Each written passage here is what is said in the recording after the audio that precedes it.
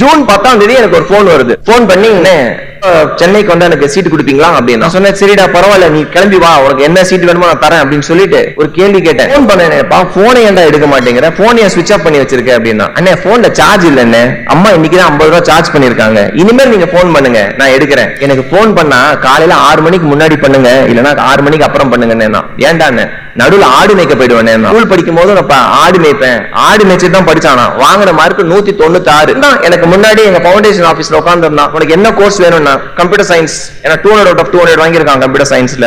சரிடா இந்த கோர்ஸ் நீ கேட்ட கோர்ஸ் கொடுக்குறேன். சிரிக்க மாட்டேன், நான் விளையாட்டா தான் கேட்டேன். நீ எனக்காக ஒரே ஒரு முறை சிரி, நீ சிரிச்சா சீட் கொடுக்குறேன் அப்படின்னு. ட்ரை பண்றான் சிரிக்கிறதுக்கு, சிரிக்க முடியல. நான் விடல, நான் நீ சிரிச்சாலும் உனக்கு சீட்டு கொடுப்பேன். நான் திடீர்னு பக்கத்துல இந்த வாலண்டியர் என் கையை பிடிச்சி அமுக்கணும். வாழ்க்கையில வெறும் கஷ்டத்தை மட்டும் தான் சார் பார்த்திருக்கான், அவனுக்கு உண்மையாவே சிரிக்க தெரியாது. நான் அவன் சிரிச்சு பார்த்தது இல்லைன்னா. This is what the real world is outside.